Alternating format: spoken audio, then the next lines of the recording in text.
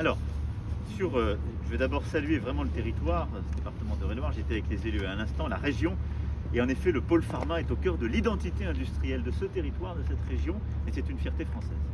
Et donc c'est aussi pour ça que je souhaite qu'on continue dans le droit fil de ce que nous avons lancé maintenant il y a 3 ans avec ce qu'on appelle l'EXI, c'est le retour d'une politique d'attractivité industrielle, avant même cette crise, de redévelopper notre industrie pharmaceutique, de redévelopper en donnant de la visibilité au maximum sur le prix du médicament, et de permettre tout à la fois l'innovation pharmaceutique, mais le maintien aussi de sites de production qui ont besoin d'avoir de la visibilité, si possible sur plusieurs années, et de maintenir des productions de produits matures.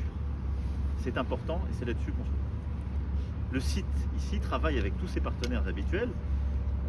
On a un site qui a 240 salariés, qui a embauché 60 personnes pour ce projet et qui a des partenaires ici dans la région et au-delà qui continuent à faire travailler et qui sont donc en quelque sorte même tirés par cet élan productif. Donc oui, c'est non seulement bon pour les entreprises qui aujourd'hui produisent et sont impliquées dans ces programmes de manière directe, et les 4 sites en France qui produiront donc ces 250 millions de vaccins en 2021, mais c'est bon pour tous leurs partenaires et tous leurs sous-traitants.